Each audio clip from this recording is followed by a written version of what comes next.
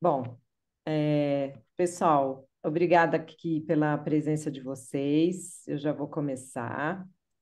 Esse evento é um evento que faz parte da Glocal, a semana de avaliação de 2024, e finalmente é o terceiro evento que a gente faz sobre esse assunto.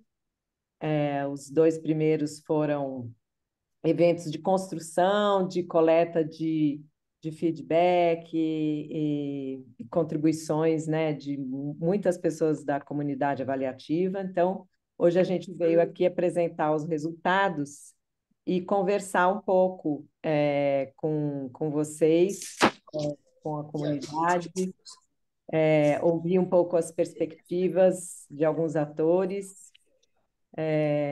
E aí a gente preparou uma agenda. Então, vou fazer algumas apresentações de quem está aqui, depois eu vou fazer uma apresentação do resultado do projeto, né, uns 20, 30 minutos por aí. Ah, desculpe, isso ficou errado, mas a gente vai ouvir a perspectiva dos atores, então convidar a Carla Bronzo para falar sobre a perspectiva de uma formadora, né, gestora, que é, da Fundação João Pinheiro. Vamos ter o Paulo falando um pouco sobre robustez e qualidade. Vamos ter a Adriana e a Bárbara falando sobre a perspectiva dos jovens avaliadores, dos emergentes, né, quem está entrando no campo. Márcia Braz vai falar do ponto de vista da pesquisa. E aí a gente vai reservar um pouco de tempo para debate e encerramento. Bom, para quem não conhece, né, a rede foi fundada em 2008 e se tornou uma associação sem fins lucrativos em 2014. Então, estamos comemorando 10 anos de rede institucionalizada. Nosso objetivo, basicamente, é fortalecer e promover a profissionalização da avaliação e da cultura avaliativa. Nos nossos planejamentos estratégicos, a gente formulou essa visão de futuro, né, que a sociedade brasileira tem a avaliação e o monitoramento como valores, né, estratégicos, não só para tomar decisão, mas também para aprender sobre os processos, sobre os programas e as políticas, e também para qualificar as instituições, os programas e as políticas e no fim, fortalecer esses processos democráticos, né? Os nossos processos democráticos. Então, nós temos três eixos estratégicos, né? Promover a prática avaliativa, produzir e partilhar conhecimento e comunicação e incidência. A nossa parceira foi a Eval Youth, que é a rede de avaliadores jovens e emergentes. Ela é uma rede, é um capítulo, né, brasileiro dessa rede global maior, que é a Eval Youth Global, e ela também está associada à Rede Brasileira de Monitoramento e Avaliação, e a linha de atuação deles é desenvolvimento profissional, estudos acadêmicos, articulação e advocacy, né? Advocacy pelo ingresso dos jovens e emergentes no campo. Então, essas redes foram resultado de uma iniciativa que houve chamada Eval Partners, que foi liderada por essa IOCE, a Organização Internacional, que é o guarda-chuva das redes e associações, pela ONU, na época, governos e várias organizações voluntárias.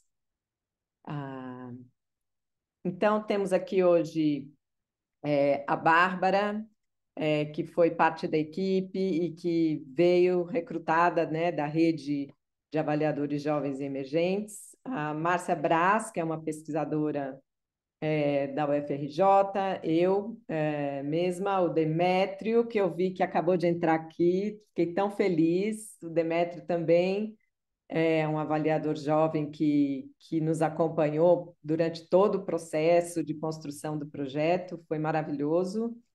e a Adriana, que foi a grande coordenadora e participou em todas as frentes, não só coordenou, mas também ajudou a construir todo o trabalho, né? E hoje temos aqui dois ilustres convidados, né? O Paulo Januzzi, que dispensa apresentações, né? Foi secretário nacional de avaliação e gestão da informação do MDS, quando a SAGE nasceu há 20 anos atrás, e a Carla Bronzo, que é uma gestora, pesquisadora, professora da Fundação João Pinheiro, que é o ninho da rede, né? A rede nasceu dentro da Fundação João Pinheiro, em Belo Horizonte. Então, estou muito feliz aqui e agradecida com a presença deles. Bom, o projeto ele começou muito inspirada em outras organizações dedicadas à avaliação do mundo todo, né? A Associação Americana, a Sociedade Europeia, a própria ONU, né? Que tem documentos de competências. Então, o objetivo nosso era construir um documento que tivesse relação com o contexto e a realidade brasileira.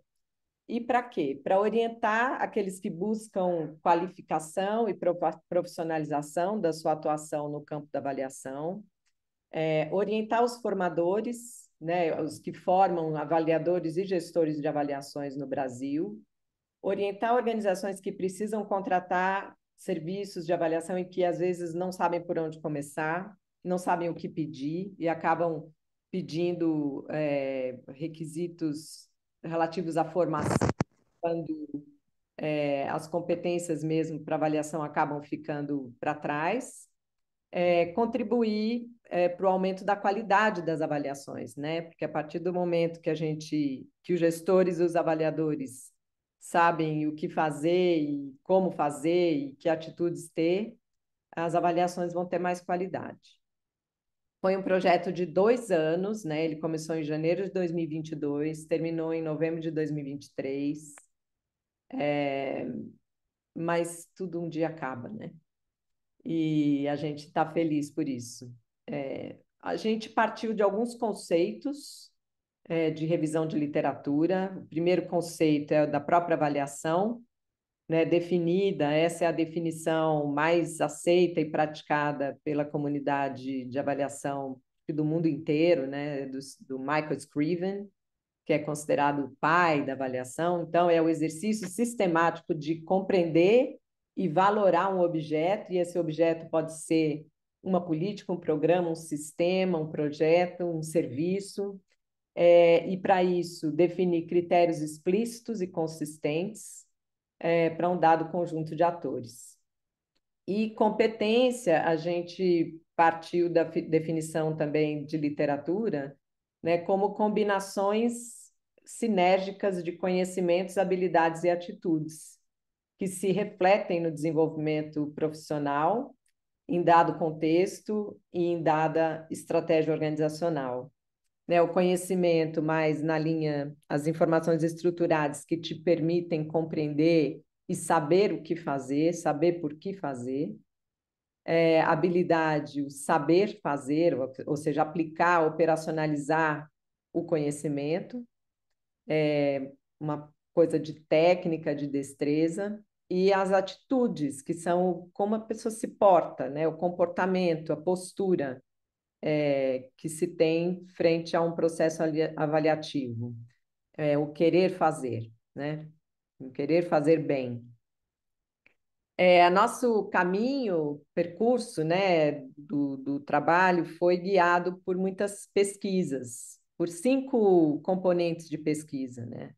Uma revisão de literatura, porque já existe literatura, bastante literatura publicada sobre, em torno de competências, de padrões de qualidade, em torno de certificação, né, que começa a se falar agora em certificação, as próprias experiências, registro das experiências de quem fez mapas de competência. O segundo eixo foi olhar para o contexto brasileiro, identificar alguns atores. Então, a gente fez entrevista com alguns atores que representavam os avaliadores e os gestores de avaliação e os usuários de avaliação. Então, a gente usou essa metodologia do mapa de empatia. Depois, a gente usou os outros mapas de competência, a gente selecionou uns 5 ou 6 competências de outros países e organizações, como a ONU. A gente analisou cerca de 35 chamadas de oportunidades, ou seja, editais, termos de referência, que eram publicados na rede brasileira, para saber o que é que esses termos de referência estavam pedindo em termos de experiência, conhecimento, formação. Às vezes é tudo misturado, mas a gente foi tentando separar de acordo com os nossos conceitos. Também a gente deu uma analisada nos cursos de pós-graduação específicos em avaliação no Brasil. São 15, se não me engano. A gente olhou o conteúdo, o que esses cursos estavam ensinando.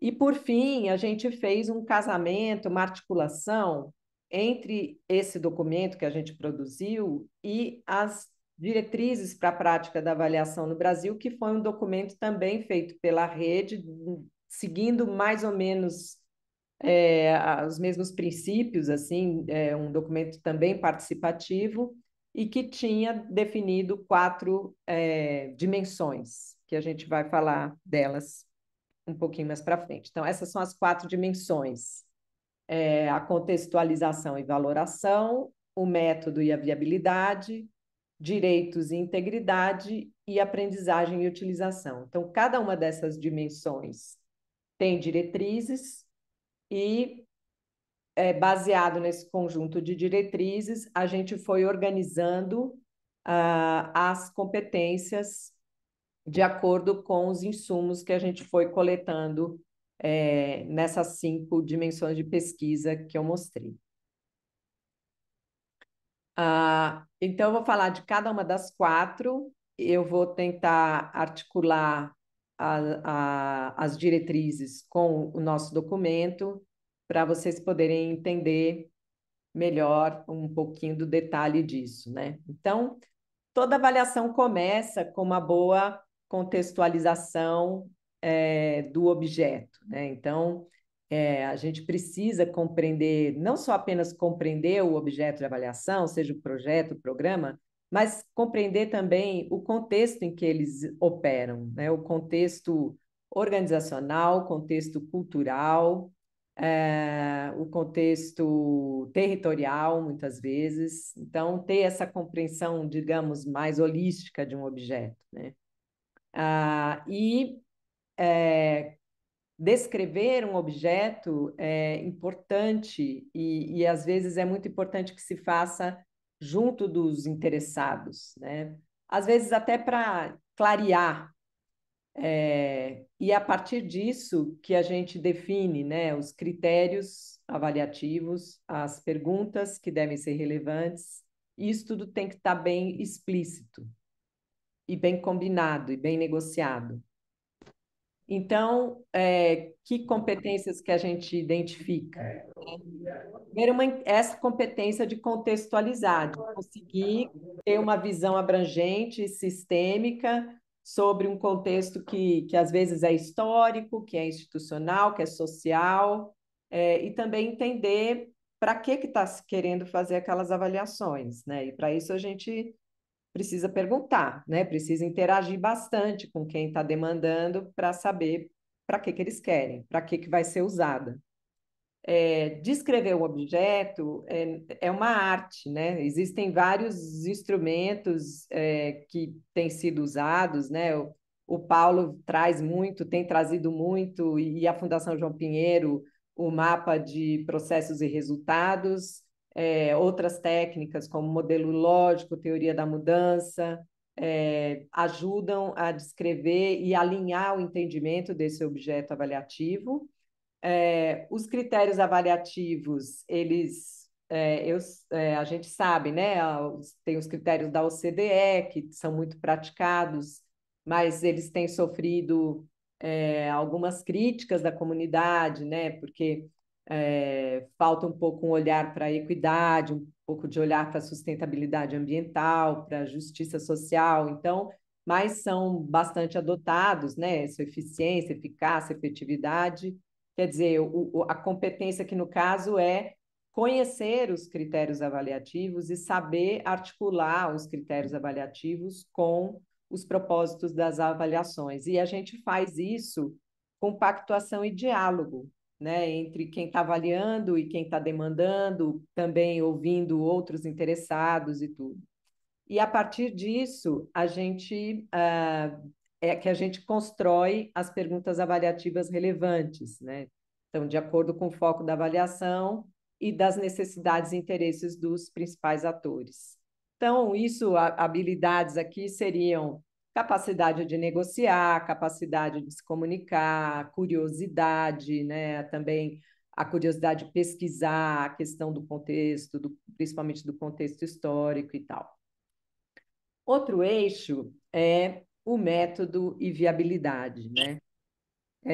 As avaliações, elas precisam é, responder aos contextos. Então, as metodologias, né, os métodos que são tão discutidos e debatidos, ai, nossa, eu uso métodos quant ou métodos quali.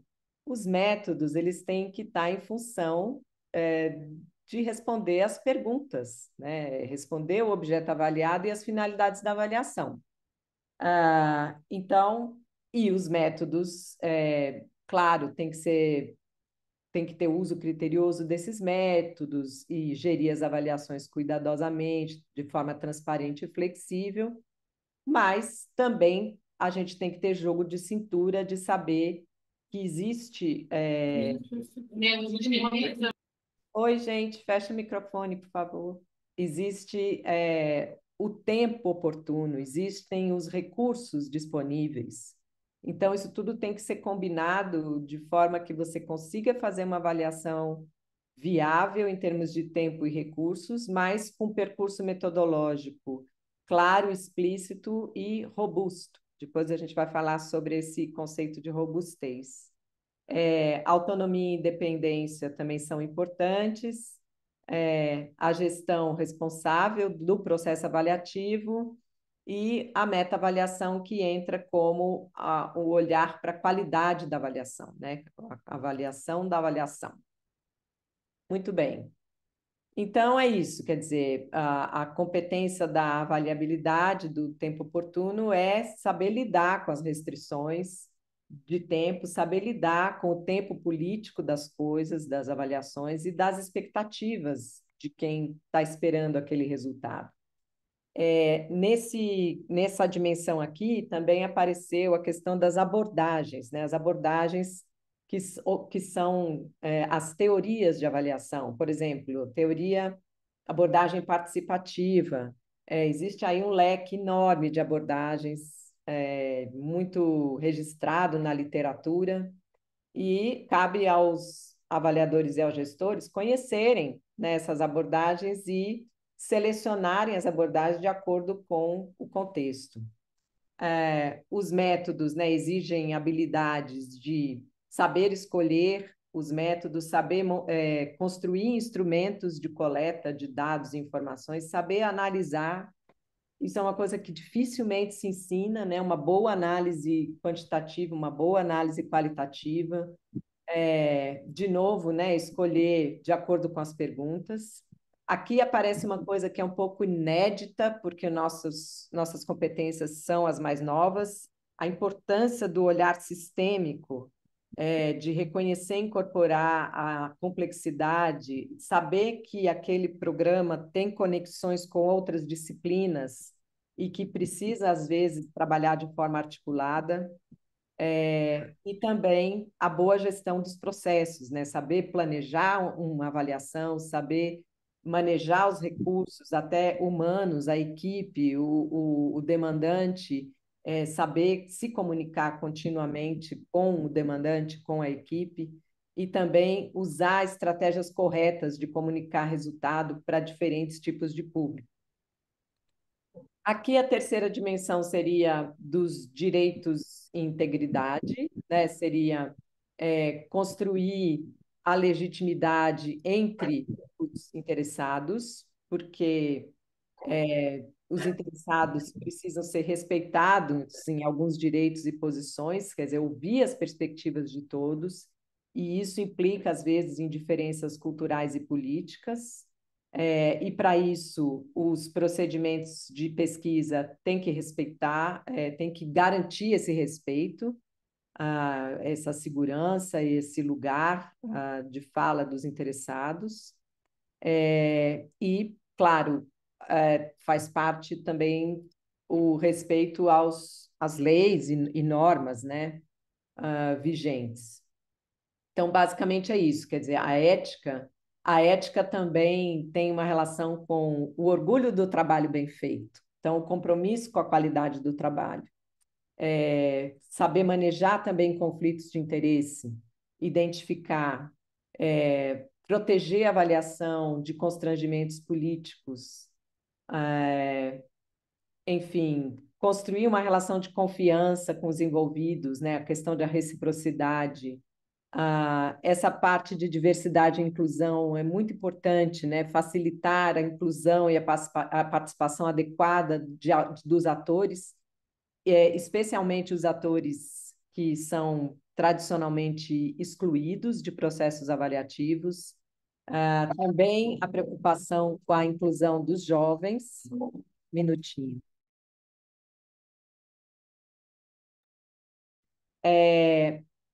E também olhar para a avaliação como um instrumento de não perpetuar desigualdades, mas de reduzi-las. Outro aspecto é a identidade profissional, quer dizer, saber que a avaliação é um campo novo e que é importante que a gente construa uma rede de relacionamentos para poder trocar, para poder trocar experiências. Então, existem comunidades de prática, como é a rede, conhecer as outras organizações que também fazem o que a gente faz e os documentos deles. E a última dimensão é a que aprendizagem e utilização, ou seja, olhar para as avaliações como um instrumento de aprendizagem em diversos aspectos, tanto aprendizagem sobre o que está sendo avaliado, como a aprendizagem do próprio processo de avaliação. A gente aprende a fazer avaliação fazendo. Então, a gente tem que ter muita consciência de que essa necessidade de aprender e de usar os resultados, ela é diferente para cada grupo de interessados. Então, é olhar para os diferentes e tentar favorecer um aprendizado de forma contextualizada, específica. Então, ajudar os atores a fazer as análises, a refletirem sobre o que está sendo achado, a compreenderem como está sendo feito, a se apropriarem daquele processo. E a apropriação vai definir muito o uso, né? Se os atores se apropriarem, eles vão usar mais, aquilo vai ser relevante.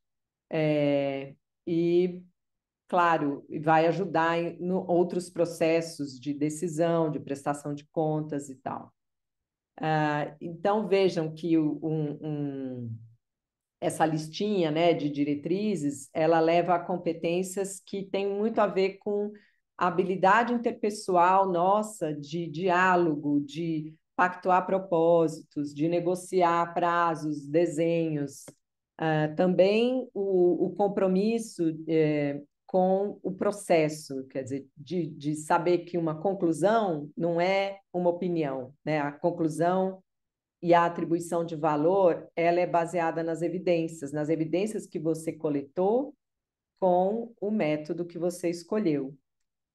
E que as recomendações têm que ser também contextualizadas, né? A gente tem que tomar cuidado para não fazer recomendações inviáveis ou, às vezes, acabam sendo inúteis. A promoção do aprendizado, ela se dá a partir do envolvimento de todos, né? E de talvez uma didática intencional dentro do processo da avaliação. Explicar sempre a diferença entre avaliação e pesquisa, entre avaliação e auditoria, buscar com aquele processo avaliativo desenvolver o pensamento avaliativo, porque ele é a coisa mais importante, eu acho, de todas, e estimular isso dentro das organizações. Incentivar também o registro, né? Como é um campo novo e muito diverso, muito complexo, né? Toda vez que a gente se envolve num processo avaliativo, é interessante que ele seja descrito, registrado e compartilhado a experiência, né? Disseminado. A comunicação acho que já apareceu, mas assim, no sentido da aprendizagem, né, a estratégia de se comunicar, ela pode ser importante para o quanto as pessoas vão aprender e também o quanto quem está avaliando vai aprender com as pessoas. Eu acho que é uma troca, né? Ah, bom, não, ainda não é debate, mas a gente está aqui 30 minutos, como combinado aí. E, e eu queria, bom, saber se está tudo claro, se alguém tem uma pergunta, porque a gente agora passa por uma fase onde Carla e Paulo vão falar um pouco, né? 10 minutos cada um sobre as suas perspectivas. Adriana, Bárbara e Márcia também falar sobre o seu lugar, né, nesses processos. E aí eu pretendo depois abrir para o debate. Acho que a gente está bem no tempo, acho que a gente vai conseguir bem. Podemos seguir? Carla, você quer começar com os seus slides? Eu tenho aqui prontinho para passar. Sim, Sim? boa tarde, pessoal, boa tarde. Queria primeiro agradecer o convite da Márcia e a possibilidade de estar aqui partilhando com vocês algumas reflexões provocadas pela leitura do material produzido pela Rede Brasileira de Monitoramento e Avaliação. Né, para o tempo de 10 minutos, eu preparei um conjunto bastante sucinto mesmo, só para pontuar algumas questões para a gente conversar mais depois. Então, eu estou falando aqui, né, numa perspectiva de quem forma gestores, né, de quem trabalha numa escola de governo e que tem a função, princípio aí, de estar formando gestores públicos, e o tema da avaliação certamente é bastante importante, central mesmo para essa missão, né? Então, pode começar, Márcia? Eu vou falar desse lugar, né? Do nosso ponto de partida, usando aí uma expressão que a Rosana Bolhosa usa muito, a posicionalidade, de onde que a gente está falando. Então, eu estou falando do lugar de uma professora pesquisadora de uma escola de governo, que é situada numa fundação cinquentenária aí do estado de Minas Gerais, uma fundação pública, que essa escola de governo ela nasce há 30 anos, vinculada a um curso de graduação que forma gestores para o Executivo de Minas Gerais, para inserir na carreira de especialistas em políticas públicas e gestão governamental. Mas temos também cursos de especialização, mestrado e vários cursos de formação continuada, formação executiva e cursos de curta duração. Então, o tema da avaliação, o tema entra em todas essas dimensões da escola de governo, em todos esses níveis de curso, com maior ou menor ênfase, né? Na especialização, a gente teve uma experiência recente, produzida pelo NIMA, que é o Núcleo Integrado de Monitoramento e Avaliação, de um curso voltado diretamente para o tema do monitoramento e avaliação de políticas públicas, e a gente tem, né, um contínuo aí entre conteúdos de natureza mais prática e mais aplicada, como são os cursos de formação continuada e, em certa medida, os cursos de especialização, até, né, uma vertente mais teórica e conceitual que abarca aí os nossos cursos de graduação e mestrado. Né? O tema da avaliação ele vai crescendo de importância ao longo desses anos na escola de governo, isso se traduz por um avanço na carga horária das disciplinas, né? Na formação de professores com essa capacidade de entender esse campo do monitoramento e avaliação. Mas o relevante da gente destacar aqui é essa experiência do NIMA, Núcleo Integrado de Monitoramento e Avaliação, que começa a existir a partir de 2019 como um espaço, né, formado pelas diferentes diretorias da Fundação João Pinheiro, como a Diretoria de Pesquisa, Assessorias e Avaliação, a Diretoria de Estatísticas Oficiais e Índices e a Escola de Governo, e o NIMA como sendo o locus onde o tema do monitoramento e avaliação ele entra realmente na agenda institucional, né? Com vários componentes, um componente de formação, um componente de formação de redes e de inserção na comunidade nacional e internacional de monitoramento e avaliação, e principalmente na execução de avaliações, né? Através do sistema de avaliação de políticas públicas que foi criado pelo governo de Minas, através de um decreto de 2021, que estabelece, né, todo um sistema com estruturas de governança, com produtos muito bem definidos, com atribuições e, e critérios, né, para avaliações das políticas públicas desenvolvidas pelo Estado de Minas Gerais. Estamos entrando agora no terceiro ciclo desse processo e temos aprendido bastante. Então, eu acho que é importante localizar inicialmente, né, de que perspectiva formativa que a gente está falando, para que essas observações que eu vou fazer possam ter aderência, né, com o objetivo aqui dessa sessão. Márcia, pode passar, por favor? O que eu acho importante é que as competências, esse documento das competências, nos afetam de diversas formas. E eu fiquei pensando, né, muito no significado disso, na importância que essas competências, o que elas implicam para a nossa prática.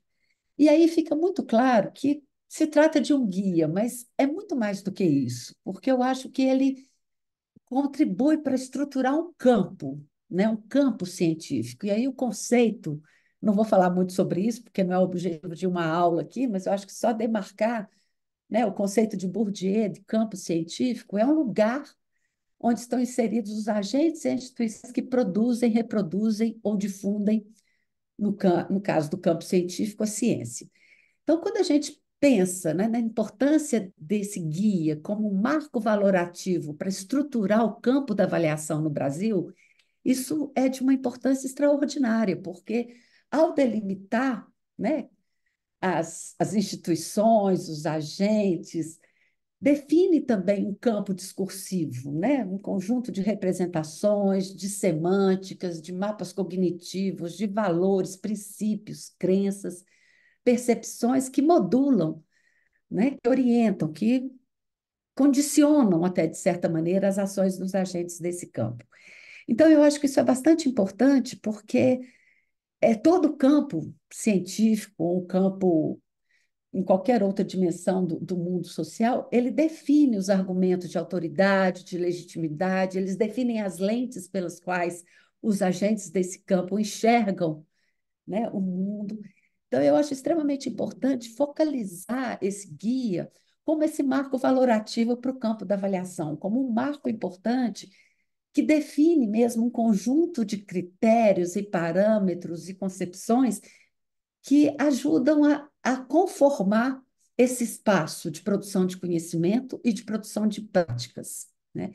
Eu acho que esse é um elemento importante para a gente entender. Muitas vezes a gente usa a palavra campo avaliativo, campo da avaliação, mas aqui, se a gente recupera um sentido substantivo desse conceito de campo, a gente consegue colocar, né, suficientemente peso na importância desse documento para estabelecer essa lente cognitiva, normativa e de orientações práticas também para os agentes desse campo, né?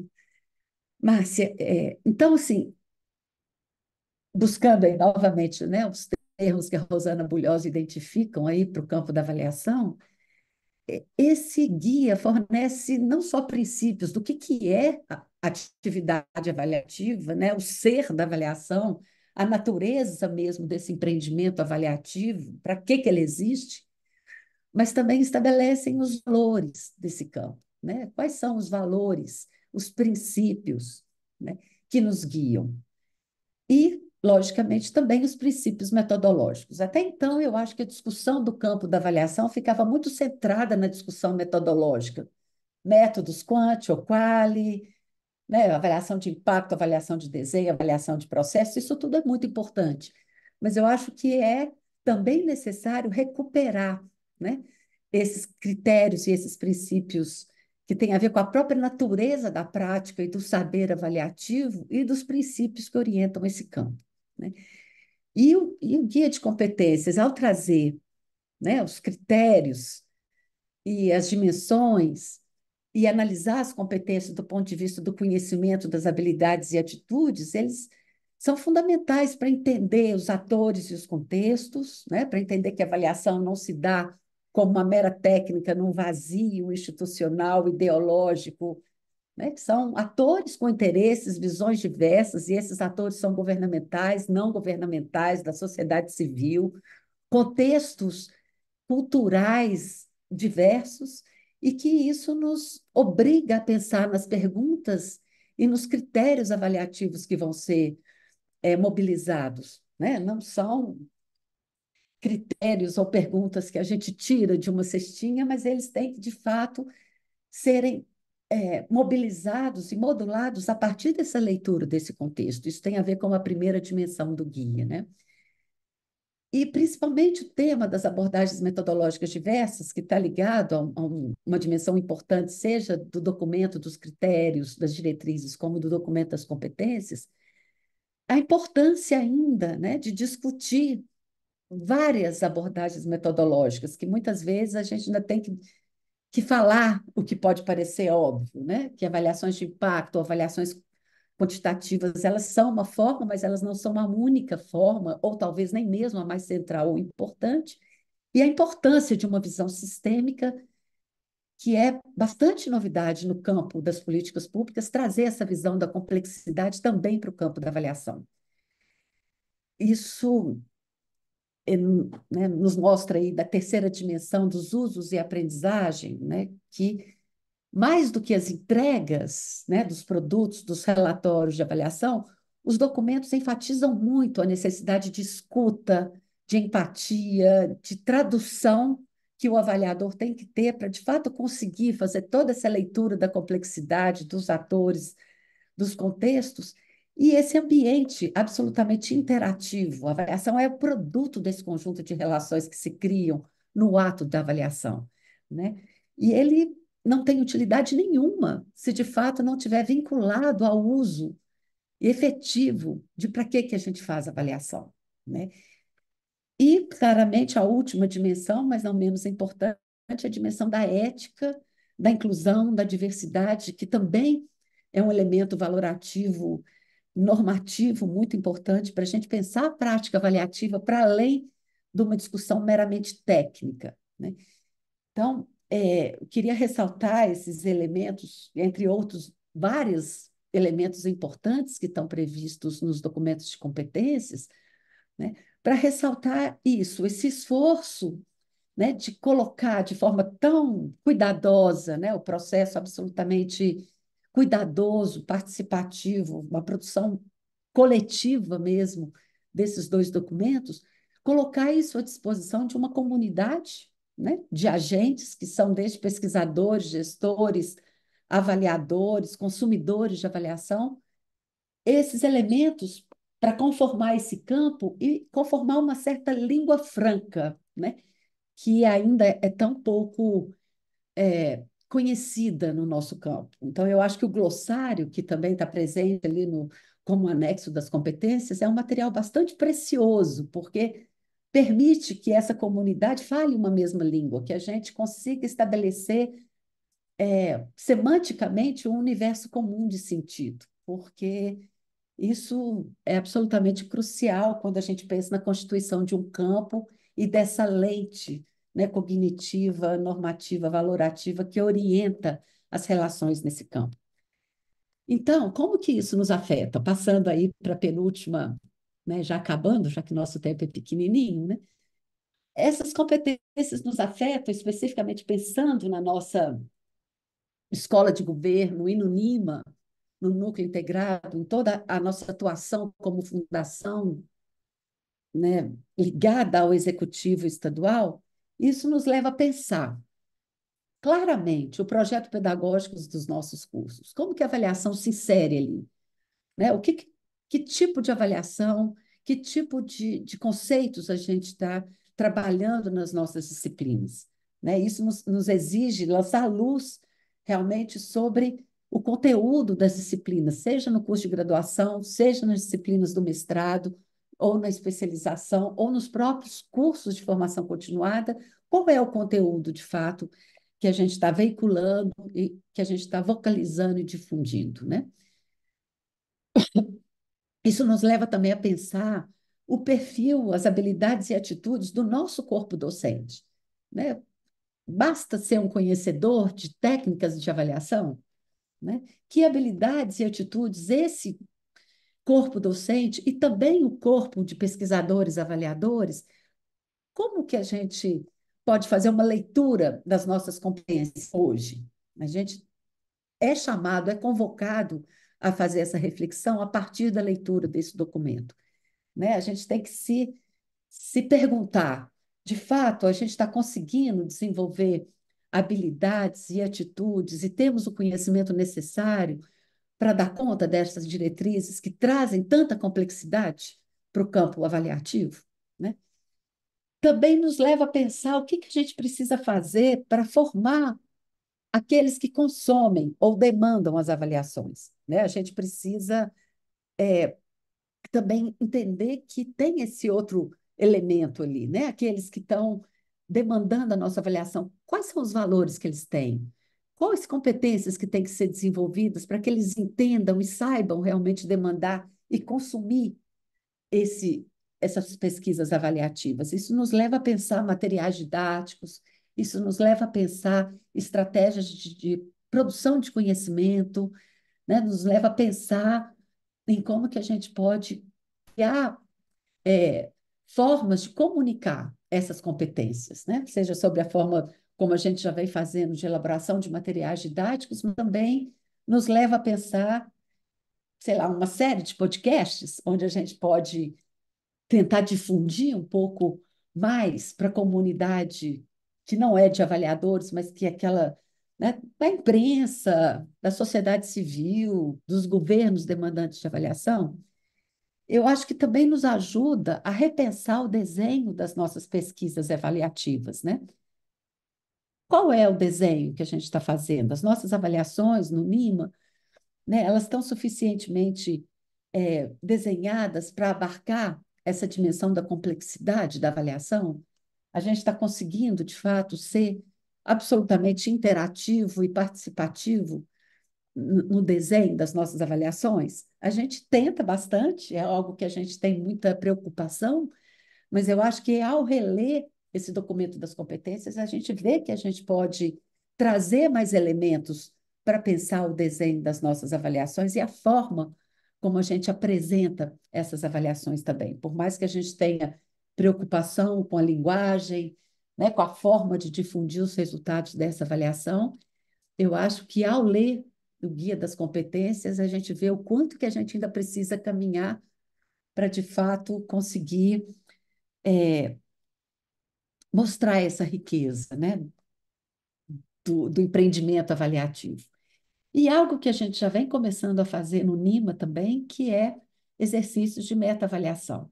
Acho que quando a gente olha para as avaliações que a gente faz com esse olhar que o guia nos, né, nos possibilita, a gente vê que a gente pode, talvez, avançar mais, né, com outros elementos que ainda estão fora do nosso radar, mas que eu acho que, ao ler os documentos das competências, a gente fica bastante instigado a problematizar e a ver ainda o que nos falta para avançar. Né? Então, eu acho que as competências nos afetam dessas formas, e aí dessas formas mais concretas, e nos trazem aí uma agenda de trabalho bastante instigante, né? Mas não trivial, porque isso exige debruçar sobre cada fazer, cada dimensão do nosso fazer também. E para finalizar, eu acho que é algo que a Márcia já trouxe aqui, acho que tem mais uma, né, Márcia? que é pensar como que esses dois documentos, na verdade, estão imbricados, né? Como que eles não podem ser lidos de forma dissociada, né? As diretrizes fala desse campo, né, da avaliação. Quais são as diretrizes que orientam esse campo? E as competências, né, das diretrizes que orientam o fazer dos agentes desse campo, né? Então, eu acho que eles têm uma complementariedade e que estruturam e valoram esse objeto da avaliação e balizam o comportamento dos agentes desse campo, que é tanto um campo de produção de conhecimento, né, um campo científico, portanto, onde a gente tem um fórum e um lugar de pensar sobre avaliação nessa perspectiva mais teórica, mais do ponto de vista de um campo científico, mas também de um campo de práticas, né? De um campo profissional. E eu acho que ao trazer essa dimensão do ethos da avaliação, que compõe aí esse conjunto de matrizes cognitivas e normativas, isso nos chama para uma necessidade que o Rogério Silva, que é um outro agente extremamente importante nesse campo, sempre nos provoca, né? A importância de dizer em voz alta os princípios que nos guiam.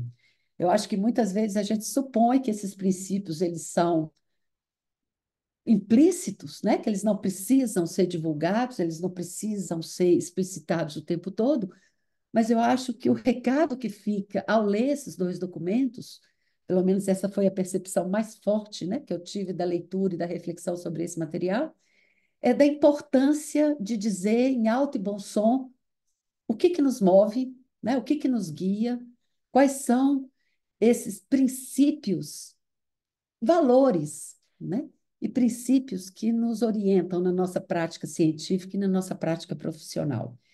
E eu acho que eu termino aqui com essa fala, né? A importância da gente, de fato, conseguir consolidar e ter ali ao alcance da mão, né? Que princípios são esses e como que eles podem ser incorporados no nosso fazer e no nosso pensar a prática da avaliação. Então, acho que com isso eu deixo aqui para a gente continuar no debate. Muito obrigada. Fico até emocionada de ouvir você, Carla. Que coisa legal, né? Como a gente tem crescido nas reflexões e nas conversas, é impressionante, né? E, então, bom, obrigada. E para continuar, Agradeço muito esse trabalho que vocês fizeram, muito. 2 anos de um extenso trabalho, mas o trabalho que foi feito nas diretrizes, e quando a gente lê o processo de construção disso, não é um guia que saiu da cabeça de alguém, né? Isso é o reflexo de um coletivo. Eu acho que isso é importante também de ser enfatizado aqui. Obrigada a vocês todas por esse trabalho. obrigada a você. E a todos que ajudaram, né, a construir, que foi muita gente. Paulo, você está aí? Vocês estão me ouvindo? Sim. Ah, Você tem então slide? me Não, vendo. né? Não. Tá, tudo bem. Olha, que slides que comentários eu acrescentaria depois dessa aula que vocês duas deram, né, Márcia? Você e a Carla apresentaram, né? Eu estou, enfim, muito contemplado com essas duas apresentações de vocês, né, por essas reflexões. Queria dar o parabéns a você, Márcia Adriana, a Márcia Braz, a Bárbara e ao Demétrio, né, pelo documento. Muito assim, interessante mesmo, como a Carla comentou, e parabéns a Carla, né, que fez uma reflexão que extrapolou muito aquilo que eu tinha aprendido à primeira vista, né? E faz uma leitura que eu acho que é essa leitura realmente que reconhece nesse documento, né, uma consolidação esses muitos anos em que você, em que a Carla, em que a Adriana e tantos outros, como eu também, temos, né, temos trabalhado nesse sentido, né? Confar o campo da avaliação como um campo da tecnociência, né? Um campo que, que é apenas uma técnica, mas é um campo que disciplinar, vamos dizer assim, menos convencional do que é, de fato, a ciência aplicada, mas é um campo da tecnociência que tem seus métodos, seus ritos, né, de legitimação mais heterárquicos, mais horizontais, fora do laboratório, fora dos ritos mais convencionais. Eu acho que esse documento ele consolida, né, um conjunto de, de diretrizes complementando um documento anterior de 2 anos atrás, também muito consistente, para guiar, né, os pesquisadores do campo, né, os profissionais do campo, sejam eles de organizações públicas, sejam eles de organizações privadas ou não governamentais, a fazer, vamos dizer assim, avaliações de projetos ou de políticas com a responsabilidade que a atividade requer, né? Numa perspectiva muito mais ampla, como eu dizia, para além, né, de uma discussão, como a Carla comentou, para muito além dos métodos, né, que sempre acabam, muitas vezes, reduzindo, né, a, o escopo, né, daquilo que a gente efetivamente faz. Então, eu acho que primeiro dar esse depoimento realmente da minha. Eu já tinha falado isso com vocês, né? Eu ficar muito bem impressionado com o documento, e eu acho que, como a Carla comenta, eu acho que ele, de fato, sabe, circunscreve mais claramente esse campo disciplinar,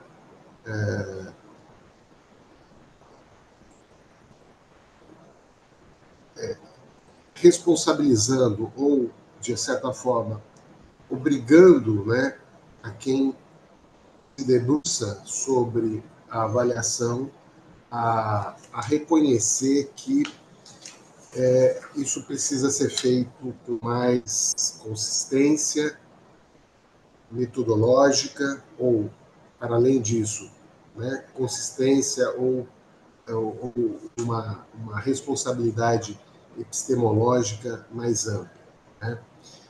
Porque eu acho que tem elementos aqui que são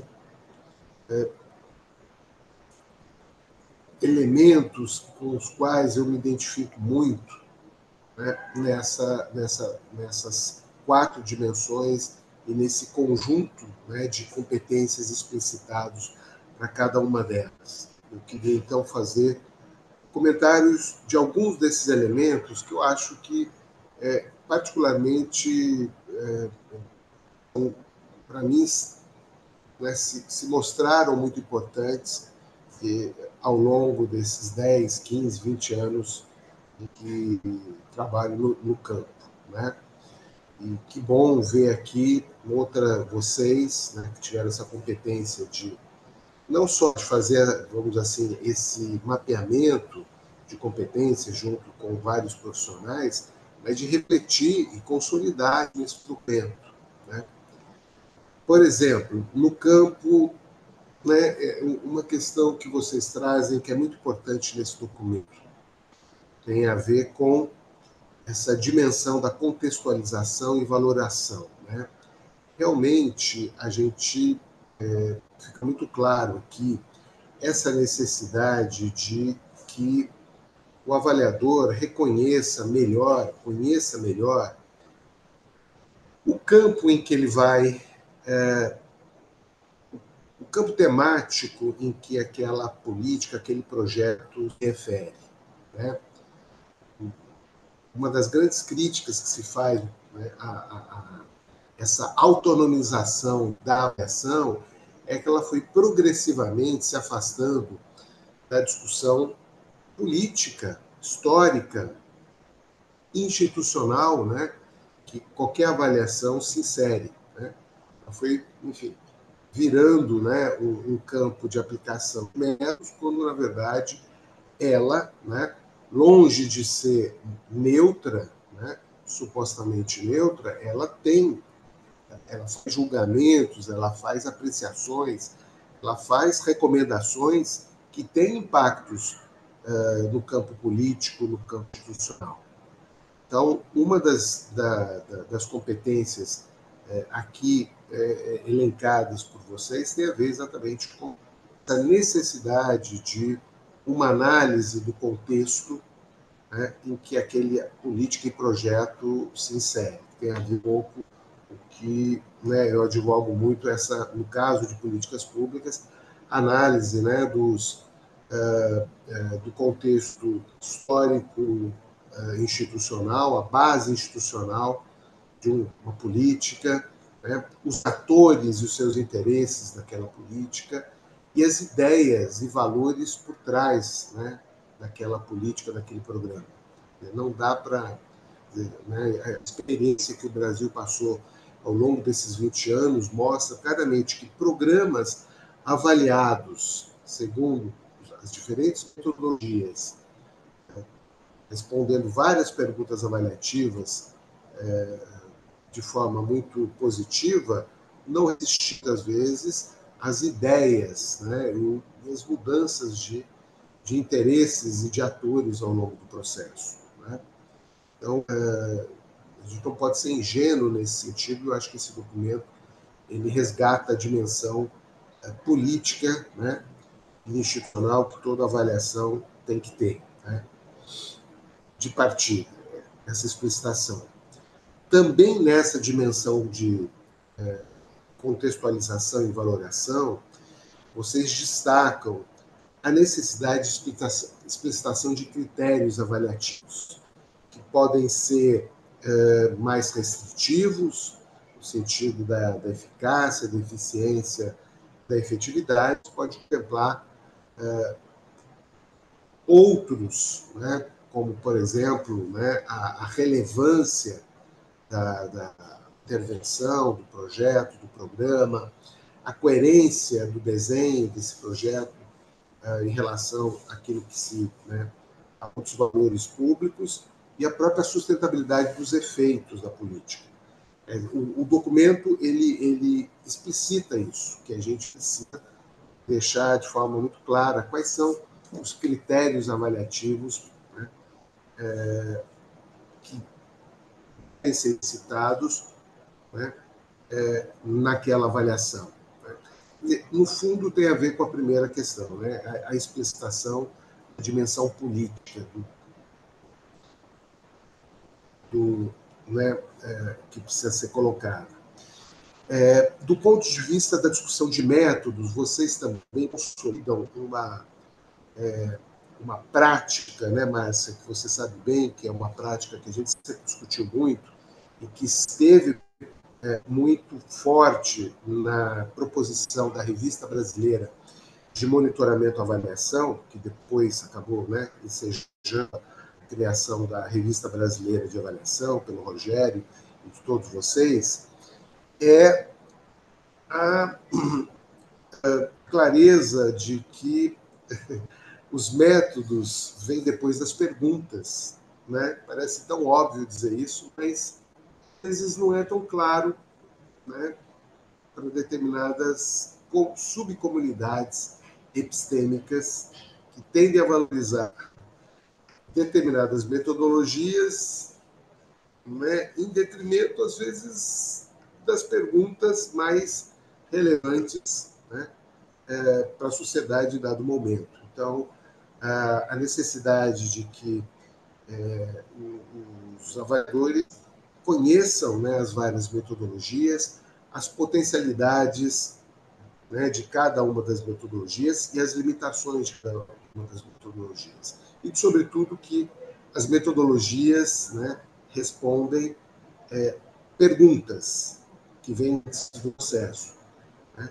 E aí tem uma outra dimensão, uma outra competência, que é a visão sistêmica, né? Realmente a gente só vai saber escolher as metodologias se a gente tem uma visão sistêmica do objeto a ser avaliado. De certa forma, né, todas essas competências estão relacionadas entre si, nesse sentido. Com relação a direitos e integridade, muito importante vocês terem ressaltado. Eu acho que todas as questões que foram colocadas aqui são muito importantes. Eu estou destacando algumas e, por acaso, é interessante que são muitas daquelas que você mesmo acabou ressaltando na sua apresentação, né? Mas eu queria chamar muito atenção também sobre isso, sobre na dimensão de aprendizagem e utilização, a importância de comunicar, né,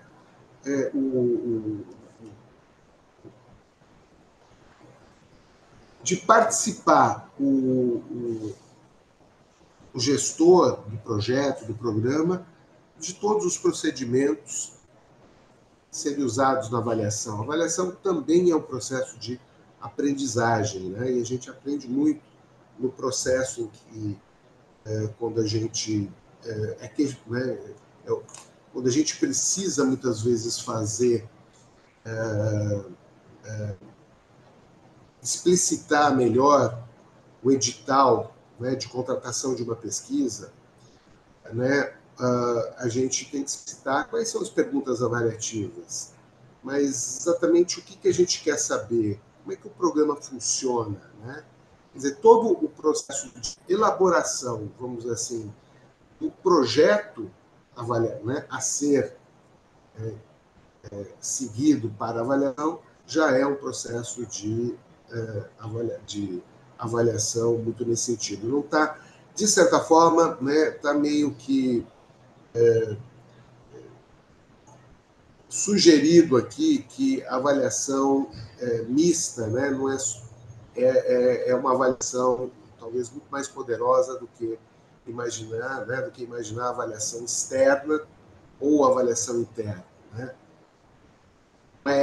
Não é assim que está escrito, mas é assim que eu interpreto um pouco, né, como uma dessas competências aqui explicitadas. E, por fim, né, a necessidade da transparência. É uma outra dimensão muito importante, porque a gente precisa reconhecer os limites, né, dos métodos, a gente precisa reconhecer os limites do esforço avaliativo. Né? Não existe a avaliação cabal que vai responder a todas as perguntas ou que necessariamente tem uma legitimidade técnica e científica acima de qualquer suspeita, né? Que vai exaustivamente dar conta, né, de responder peremptoriamente qual deve ser, vamos dizer assim, o encaminhamento a ser dado a respeito daquele programa, né? Quer dizer, eu sou muito partidário dessa visão, que de alguma forma está explicitada aqui, de que o avaliador avalia, mas é o decisor que decide, né? O avaliador que se propõe a ser um decisor, ele já está, enfim, ultrapassando as raias, né, daquilo para o qual ele foi, de alguma forma, contratado ou convidado, né? A responsabilidade dele, de fato, é produzir insumos, né, para ajudar o processo decisório, para ajudar o processo de aprimoramento do projeto, da pesquisa. E eu acho que esse é, por fim, mais uma, né, das várias competências que a gente precisa nesse campo, né? Uma certa humildade, né, do avaliador em se render à complexidade do objeto, né, e reconhecer que, por mais, vamos assim, completo, supostamente, né, ele imagine que seja o conjunto de evidências que ele produz, ele não tem a legitimidade de tomar a decisão política, né, do, de quem foi, enfim, de quem tem essa responsabilidade, né, que é o decisor público ou mesmo o coordenador de um determinado projeto ou o patrocinador de um determinado projeto, né? Eu acho que, então, esse documento nos ajuda muito nessa explicitação de boas práticas, né? Mas, como disse a Carla, ele está muito além de ser um guia de boas práticas. Ele é, de fato, um documento que ajuda a delimitar ou consolidar o campo da avaliação em patamares assim, epistemológicos mais robustos, né? Como, não só como um campo aplicado da economia, um campo aplicado da sociologia ou da estatística, etc., mas, na verdade, como um campo como da tecnociência, né, com valores, princípios e, e instrumentos, né, e recomendações metodológicas de como bem fazer, né, e como bem produzir conhecimento, informação, evidências, aprimoramento das políticas públicas. Na perspectiva, e aí eu fecho mesmo, que é como você fechou, Márcia, da responsabilidade pública, né, do combate, né, da avaliação num país tão desigual, né, como o Brasil. É um país que, enfim, não pode se conformar com as médias das avaliações, mas com as variâncias mesmo, né?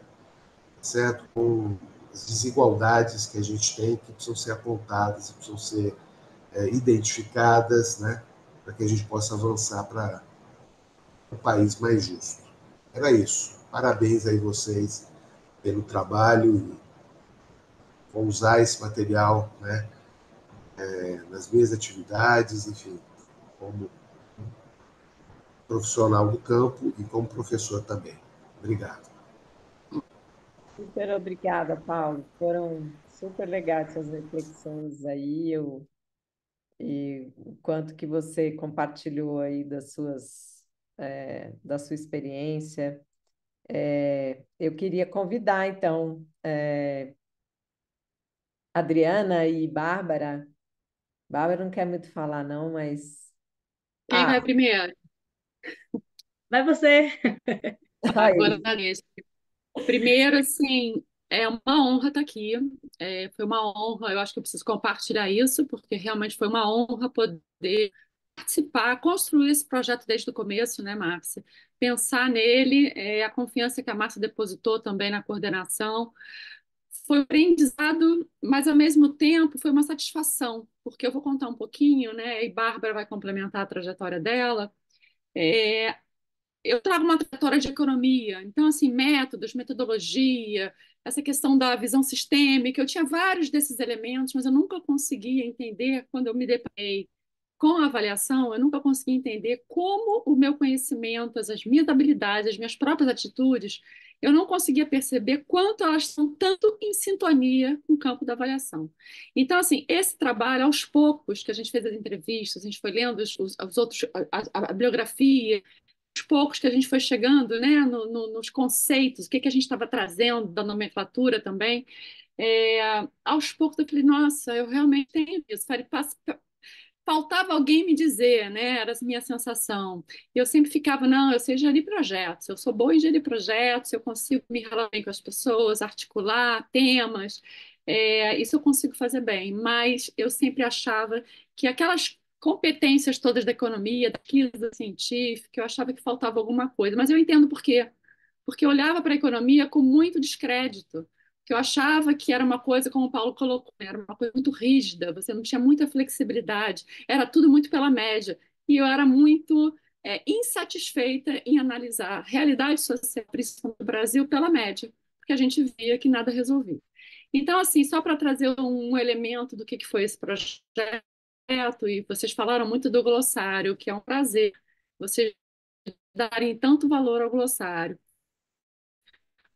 O glossário lutou ao longo de todo o processo, porque entre a gente tinha dificuldade de entender algumas coisas, até quando a gente lia, ou quando a gente falava com outros atores, ou eu lia algumas coisas e o pessoal usava os termos que a gente na avaliação com tanto critério, com tanto cuidado, e eles eram um pouco utilizados de maneira muito fútil, muito rasa. Então, eu senti que o glossário e a definição de algumas coisas precisavam ficar muito bem construídas nesse documento, para quem lesse entendesse, esse conceito aqui, essa palavra é a mesma, mas essa palavra, no campo da avaliação, ela quer dizer muito mais do que isso. Porque eu comecei a perceber que a avaliação entra em moda. Que quando falava que era fácil fazer avaliação, era fácil fazer avaliação, né? Então, eu acho que foi o grande prazer da gente poder construir, a gente perceber, enquanto time, o aprendizado que foi possível ter e como é que a gente entregar isso de maneira fácil para todo mundo que está entrando no campo poder usufruir. Tive muita dificuldade de conseguir buscar conhecimento e conectar as coisas no campo da avaliação. Então, acho que o propósito desse documento também foi isso. A gente perceber que os conhecimentos estão soltos, mas como é que a gente transfere as habilidades, atitudes e conhecimentos que a gente já tem no campo da avaliação e como é que a gente aprofunda alguns tipos também de conhecimentos, habilidades e atitudes. Então, acho que é isso. Vou deixar meu agradecimento e Carla sempre adoro os seus comentários e Paulo também já sabe que eu sou fã dele. E é isso. Um prazer estar aqui. A gente concluir esse trabalho em muitas mãos. Foi um prazer. Obrigada, Adriana. Bárbara, dá uma palavrinha assim sobre o Vou seu falar, processo. vou falar no processo. Então, eu venho de uma base de pesquisa, né, muito forte, pesquisa acadêmica e pesquisa de opinião e mercado. E estava meio insatisfeita e tal, resolvi migrar de rumo a isso. Foi uma ótima oportunidade, né, para perceber exatamente como a Adriana falou, né, como o meu conhecimento, a minha bagagem se conectava com tudo isso que a avaliação exige, né, e requer. Perceber também, né, onde estão as minhas fragilidades, onde estão as minhas deficiências, né, onde que eu posso correr atrás. Mas mais do que isso, eu acho legal também que a avaliação, né, fez perceber que a avaliação é um campo aberto, assim, né, é muito democrático. Tem gente de tudo quanto é, né, de toda formação. Então a gente vê matemático, a gente vê cientista social, a gente vê engenheiro, a gente vê economista, a gente vê zootecnista. Então, assim, a gente tem, né, de tudo um pouco. Cada, cada pessoa tem uma bagagem que traz e pode agregar na avaliação. Então, acho que isso também, o guia pode trazer essa questão, né, de como que eu agrego na avaliação, né, toda a minha bagagem, onde eu posso melhorar. Então, eu acho que esse guia vem para isso também. Assim, eu acho que completa, né, me completou nesse sentido. É isso. Muito bem, obrigada. Bom, finalmente queria convidar Márcia Braz, que, nossa, deu uma contribuição imensa assim, ao trabalho, no sentido dos métodos, né, da pesquisa mesmo. Então, eu queria te convidar para falar um pouquinho do seu lugar. Isso aí, boa tarde, né? Boa tarde, né, a todas e todos. Então eu falo, né? Acho que o Paulo no início falou assim, ai, que dificuldade, né, em falar logo depois da Márcia e da Carla, né? Eu falei, caramba, o que eu tenho para dizer, né? Na verdade, é muita riqueza, né? Assim, então para eu ser bem cirúrgica na fala, né? Então eu atuo no ambiente acadêmico, né, de uma instituição pública. Na época, eu trabalhava numa instituição com formação num curso de gestão da avaliação e, e atualmente estou como pesquisadora, né, que estou no doutoramento na área de avaliação de políticas educacionais.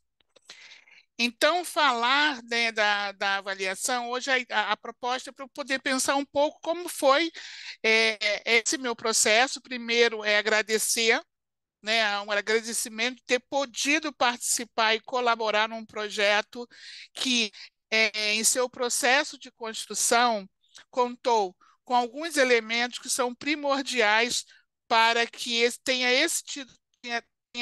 tido este resultado, né? Generosidade, né, da equipe, uma disciplina, né, que nossos encontros eram semanais, né, encontros no primeiro horário da manhã, né, é, um rigor, né, uma rigorosidade. Paulo Freire fala muito sobre a rigorosidade, né, do rigor, está muito ligado à rigorosidade científica, né, que a gente tem que ter nos nossos trabalhos, que ele faz até uma comparação, né, que tem o rigor e a rigidez. Então, na verdade, prima pelo rigor, que não quer dizer a rigidez, que é contrário à rigidez.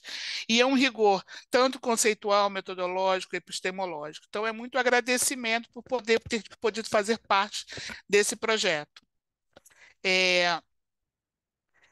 O meu foco, né, com a Márcia, né, a gente dividindo como seriam os enfoques, esse olhar sobre o documento, meu foi ser sobre a ótica da pesquisa, né, no espaço acadêmico, seja ele a instituição de ensino e ou pesquisa.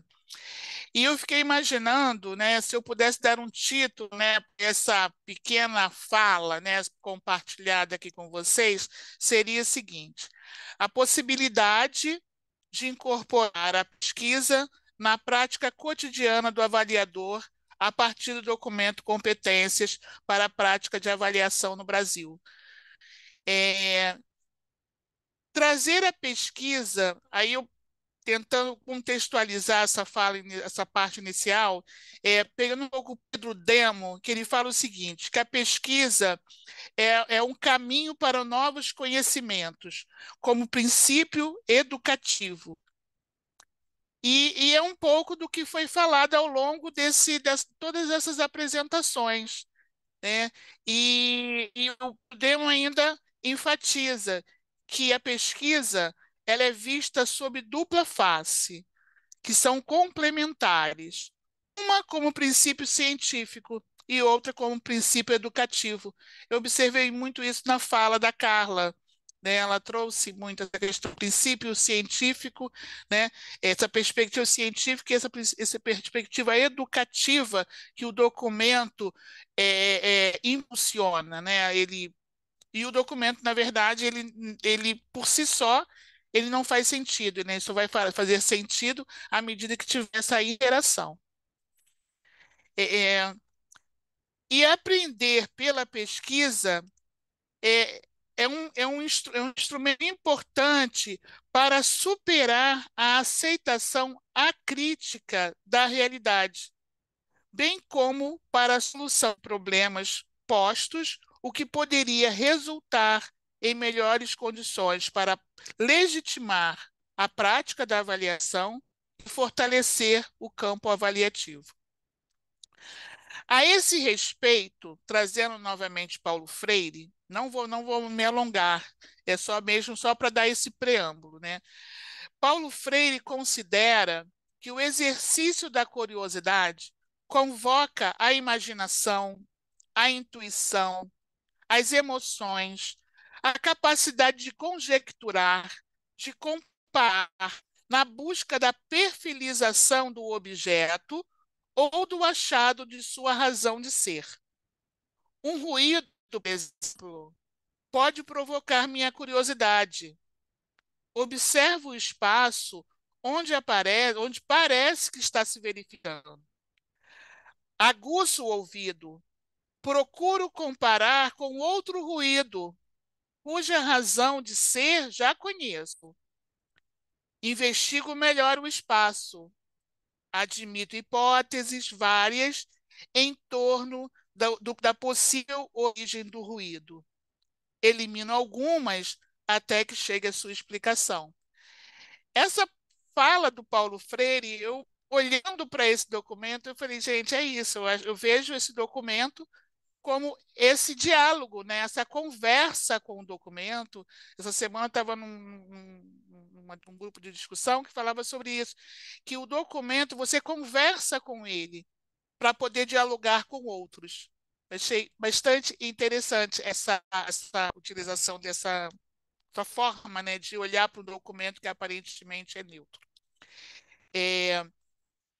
E antes, para que isso possa, né, acontecer, há de se ter sensibilidade para despertar o interesse para a pesquisa, fazendo um recorte da realidade plural, contraditória, caleidoscópica, e operar por um tema que reúna condições para o pensar, o agir com autonomia do pensamento, autoria de criação ou a própria reconstrução do conhecimento acumulado ao longo da história. O pressuposto, né, de que a pesquisa seria um importante instrumento referencial para a criação e a superação dos problemas da realidade, o que poderia resultar em melhores condições de vida para a comunidade envolvida, para todos que estão envolvidos na avaliação. Uma instituição de ensino e pesquisa pode se utilizar desse guia, que é esse documento, né, das competências, de várias maneiras para fortalecer a atuação no campo da avaliação. Não vou, assim, porque cada um, né, do seu lugar, olhar para esse material, vai ter as suas, ser provocado para poder compartilhar e fazer bom uso. Mas eu trouxe algumas indicações, né, que poderiam ser olhados para esse material. Que a Carla também já trouxe, né, quando fala do desenvolvimento dos currículos e dos programas de estudo. Nós observamos também nesse trabalho que muitos cursos de graduação não possuem na sua matriz curricular a, a disciplina, né, a discussão da avaliação em seus processos. Então, esse material poderá e deverá ser utilizado para poder pensar esse currículo. Também como uma indicação para orientação aos estudantes e aos pesquisadores. Eu coordeno um curso de um projeto de extensão na cultura avaliativa e é fundamental que a gente possa ter esse documento, porque até então, está muito recente, eu tive que fazer várias buscas, né, para poder reunir um documento. E hoje a gente tem um documento que concentra um balizar das práticas, né, para o avaliador, para o gestor, para os interessados de modo geral. Também uma outra indicação, a capacitação de profissionais. Também na avaliação institucional. Hoje, por exemplo, atuo na UFRJ, eu sou membro de um conselho, de uma representação da CPA, né? Que é um conselho permanente de avaliação, a CPA, e muitos desses representantes estão lá, mas não possuem um conhecimento sobre a avaliação, né? Essa comissão, e ela é basicamente o objeto da comissão é a avaliação, dentre tantas outras comissões que existem nos espaços institucionais. Então, ter esse material, essa alusão não só a esse material construído, mas também às próprias diretrizes, né? A questão da pesquisa e o próprio desenvolvimento, que pesquisadores podem usar o documento como base para desenvolver estudos sobre a avaliação, a investigação das competências. Também trazer comunicação para as colaborações e parcerias com outras instituições, tendo esse documento como ponto de partida para desenvolver mesmo pessoas interessadas em fortalecer a prática da avaliação institucional. O documento, eu vejo que tanto nessas microações que estão e no interior das instituições, das instituições, mas também numa visão que transcende, né, as pesquisas de análise longitudinal, né, que poder pensar, acompanhar a evolução das competências necessárias para avaliação ao longo do tempo, considerando as mudanças do cenário socioeconômico e tecnológico, né, pensar nesse estudo. Também, num outro aspecto, na comparação internacional, realizar estudos comparativos com outros países para identificar similaridades e diferenças nas competências exigidas para o exercício de avaliação, estudos de casos, né? Analisar em detalhes como as competências descritas no guia se manifestam na prática profissional de avaliação de avaliadores em diferentes contextos. E também acho que a Carla trouxe isso, a questão da meta-avaliação, e colocaria também meta-análise, né? Acho que o Paulo tem essa questão da meta-análise, que, que, que poderia também ser utilizado, enfim. E essas são apenas algumas, né, das maneiras pelas quais uma instituição de ensino ou pesquisa poderia utilizar esse documento para fortalecer a sua atuação no campo da avaliação e contribuir para o desenvolvimento dessa área no país, né? Porque ao investir em pesquisas como essas, podemos aprofundar ainda mais a nossa compreensão sobre o campo da avaliação e contribuir para a formação de profissionais cada vez mais qualificados e preparados para os desafios do futuro. E, além disso, ainda gerar novos outros produtos a partir desses estudos. Então, esse documento, né, se configura como um instrumento fundamental para as instituições, para os sujeitos interessados em avaliação ou não, né, que possam se interessar, promovendo o aprimoramento da formação, da prática profissional e da pesquisa da avaliação no Brasil. Então é isso. Muito grato por ter podido colaborar nesse projeto. Ô, Márcia, muito obrigada aí pela sua fala, pelas suas reflexões. Bom, a gente ainda tem um tempinho, né? Temos 30 minutos. E aí eu queria deixar vocês, os participantes, aí, a gente ainda tem 37 participantes. À vontade, tem uma pergunta aqui no chat. Tem alguma outra, Bárbara? A do Caio. O Caio Moura, Paulo, para você. Boa tarde, sou aluno da ENSE. Gostaria de saber como o senhor, como coordenador da escola, entende o vínculo da ENSE com a agenda de avaliação. Existe alguma perspectiva de tornar a ENSE uma escola formadora de avaliadores também, com uma formação específica para isso, para além da formação mais geral oferecida pela escola?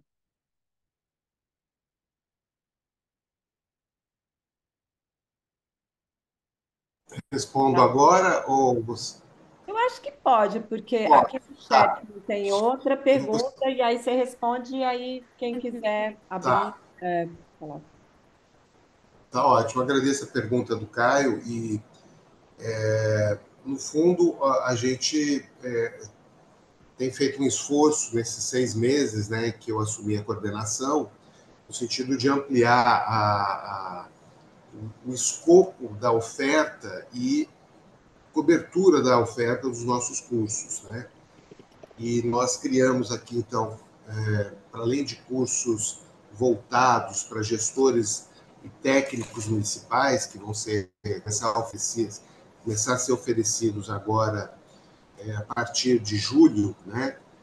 O censo demográfico e o planejamento municipal, né? Então, no fundo, é um curso autoinstrucional, são, na verdade, 4 cursos que ajudam a elaborar avaliações diagnósticas para o PPA, para o Plano Plurianual dos Municípios, né?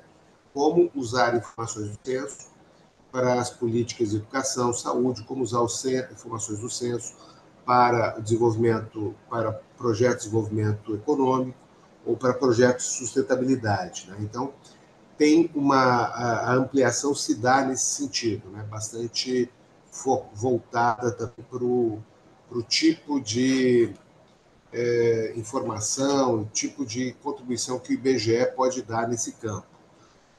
ponto de vista mais, vamos dizer assim, aprofundado, nós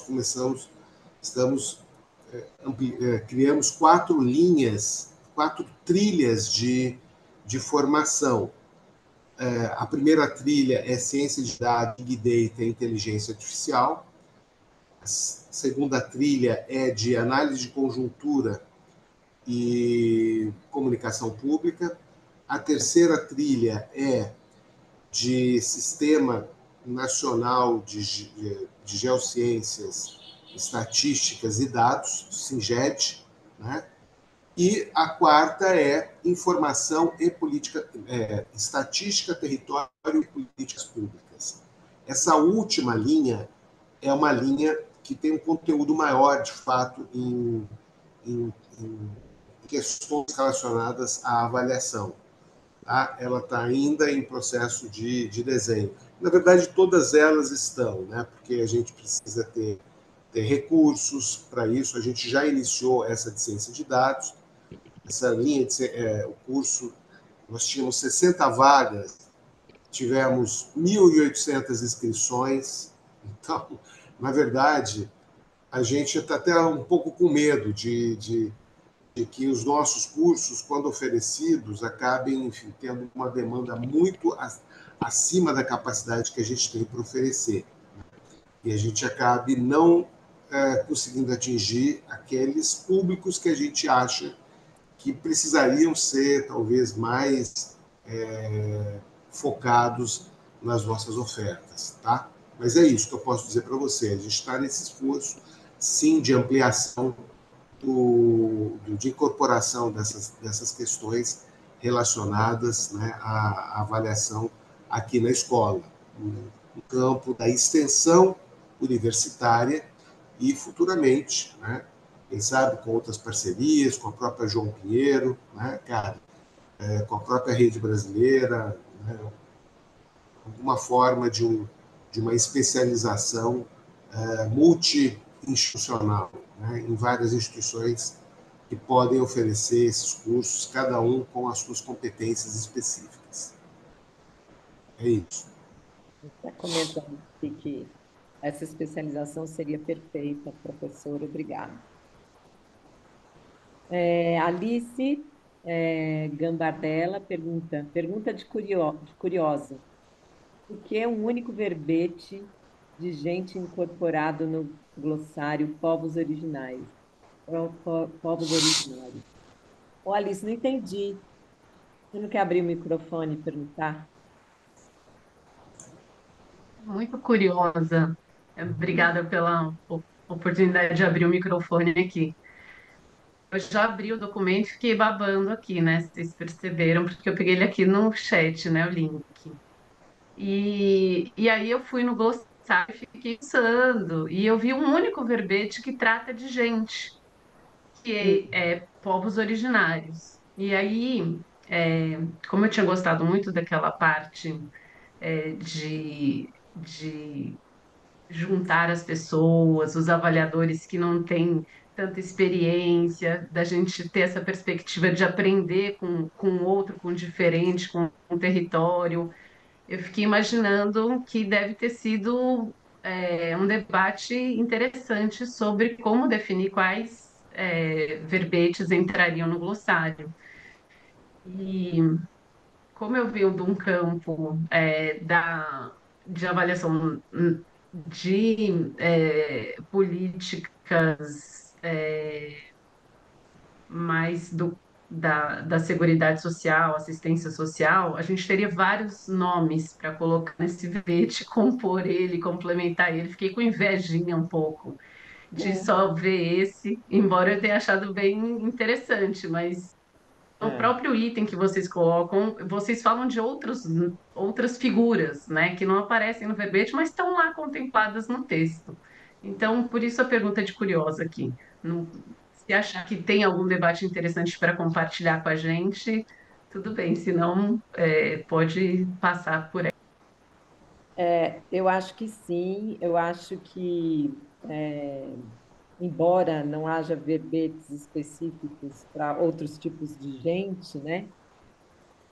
Eu acho que o documento fala muito sobre gente, assim, porque a gente vê muito processos avaliativos, às vezes avaliações de programas sociais que não ouvem as pessoas, né? Então, o que a gente está defendendo aqui e valorando aqui são esse tipo de princípio, né? De envolver atores que participaram da formulação, participaram da implementação, mas também atores que não participaram, que são afetados, que têm o direito de serem envolvidos, além de consultados, né, ser ouvidos sobre que perguntas de avaliação que não podem deixar de ser feitas para que eles sejam contemplados. O mundo dos povos originários ainda é, para mim, um sonho, alcançar os povos originários e isso está sendo discutido por aí, fora do Brasil também, mas aqui muito pouco ainda. Como é que a gente cria, adota metodologias e abordagens avaliativas que sejam responsivas à cultura e que resgatem, de certa forma, a própria sabedoria dos povos originários, para que haja essa troca. Então, por exemplo, eu sei que para eles indicadores não faz sentido. Não é assim que eles contam. Eu imagino que abordagens de contação de histórias, né, de storytelling, de narrativas, sejam muito mais adequadas à cultura deles. Mas a gente ainda não colocou isso no papel, vamos dizer assim, não abriu esse debate também. Eu queria fazer um jabá aqui que eu não fiz, porque não sei por que não cheguei no último slide, mas é sobre o seminário da rede, né? A Bárbara já andou colocando o link aí. Por que esse seminário é especial, né? Primeiro, porque ele é o primeiro realizado na região norte. E isso tem um pouco a ver com a sua pergunta, né? Segundo, porque Belém o palco da COP, e a gente está vivendo aí as tragédias climáticas e está vivendo todos os desafios, né, planetários. Então, a avaliação, esse seminário quer mostrar para as pessoas que a avaliação pode ser um instrumento que contribua para as grandes transformações, mas que para isso, uma das coisas é que a gente precisa dar voz a quem tem que ter voz, que a gente precisa reconhecer a complexidade e que a gente precisa valorar as coisas de outra maneira, né? Como tem que ser valorado. Então, eu convido vocês. Eu sei, Belém é longe, mas nós já estamos com 205 inscritos, então vai ser lindo. Vai ser pela primeira vez um seminário da rede, vai ter uma mesa sobre avaliação e meio ambiente, outra mesa sobre avaliação e justiça social, pela primeira vez, uma conferência do seminário vai ser dada por um indígena, né? O André Baniwa. Então, eu estou muito orgulhosa assim desse programa do seminário que está assim fazendo a gente perder os cabelos todos, mas e outra coisa que eu queria te dizer, Alice, é que esse documento não é final, que ele tem que, né, passar por teste aí, que todo mundo vai usar e com certeza vai haver oportunidades de melhorar e de fazer novas edições, né? Essa é uma primeira, assim como diretrizes é uma primeira. Em algum momento nós vamos ter que parar e discutir de novo e refletir de novo como é que a gente aprimora esses instrumentos aí. Mas agradeço tua provocação aí, teu comentário. Hum. Mais E, alguém? essa, e só complementando, Márcia, que só ganhou verbete quem foi o termo que foi mencionado no texto, né? Ah, sim. Então, assim, a gente não conseguiu um super glossário. Era assim, foi mencionado, a gente coloca, só para esclarecer o que a gente queria dizer com aquele termo, Uhum, né? uhum. Mas não é porque, né, tem toda essa preocupação que você acabou de falar. Foi isso. Mais alguém?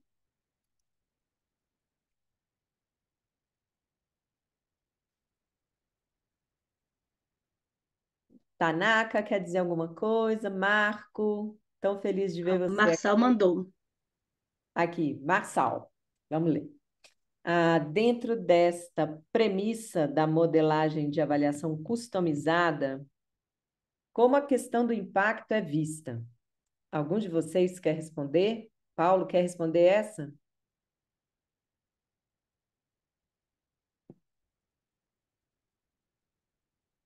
Carlinha?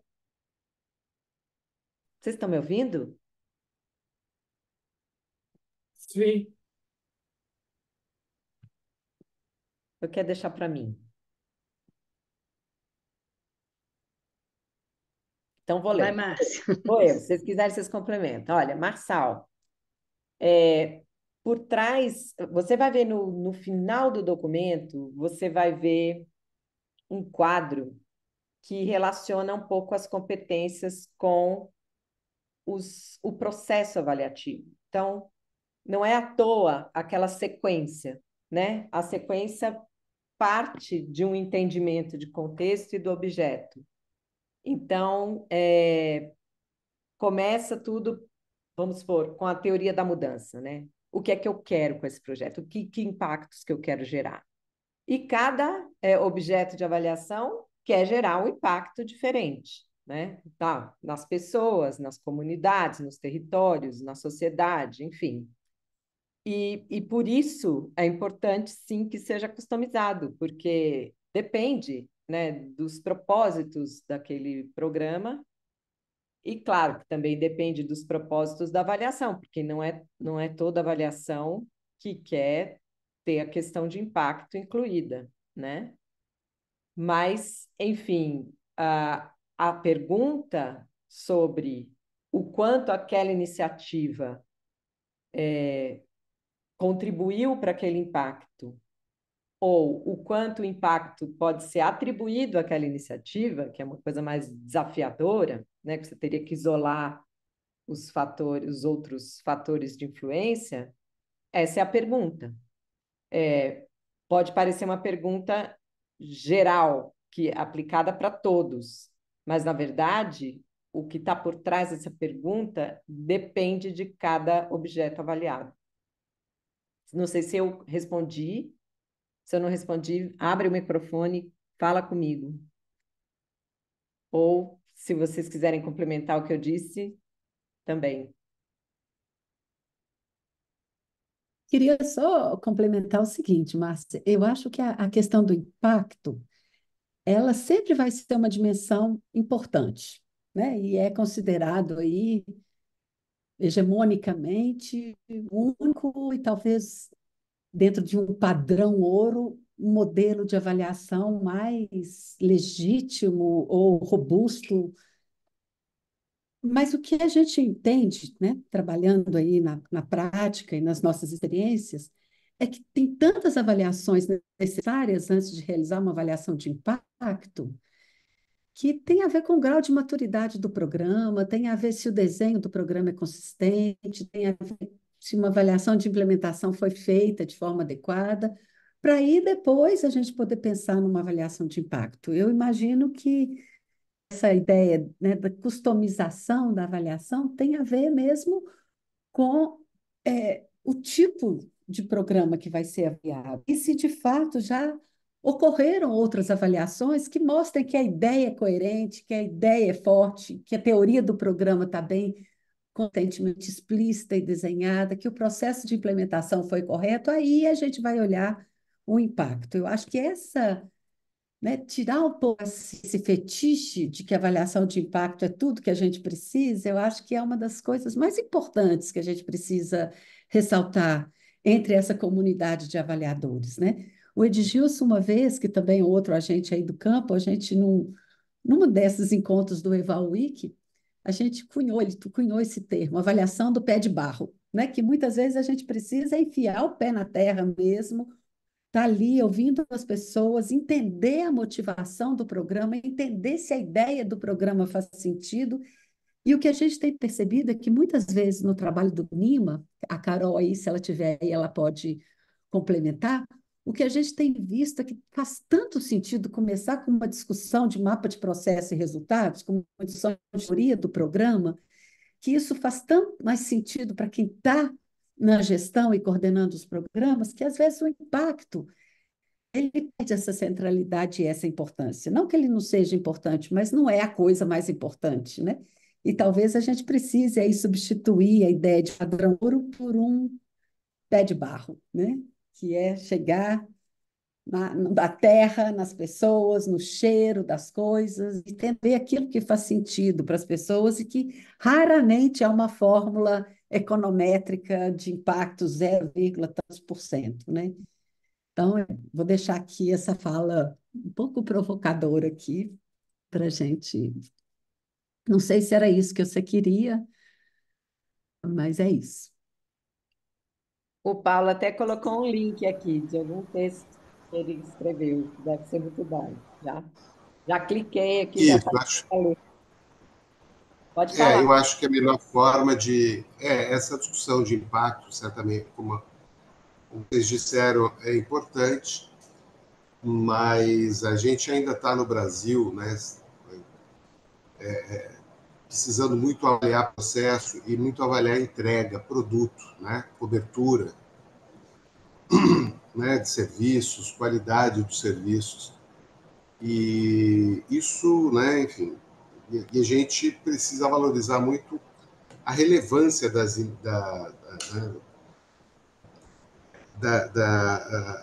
né, dos programas. Né? Quer dizer, no fundo, o impacto certamente ainda é importante, mas os programas eles não se legitimam pelo impacto. Né?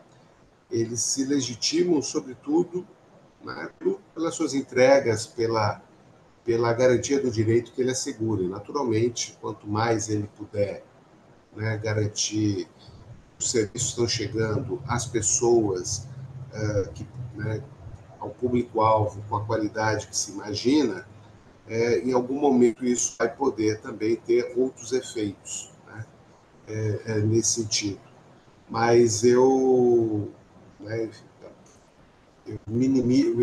eu acho que, portanto, é muito importante a gente se deter como nas fases anteriores, né? A gente ainda tem que fazer muito processo e aprender muito mais outros métodos, porque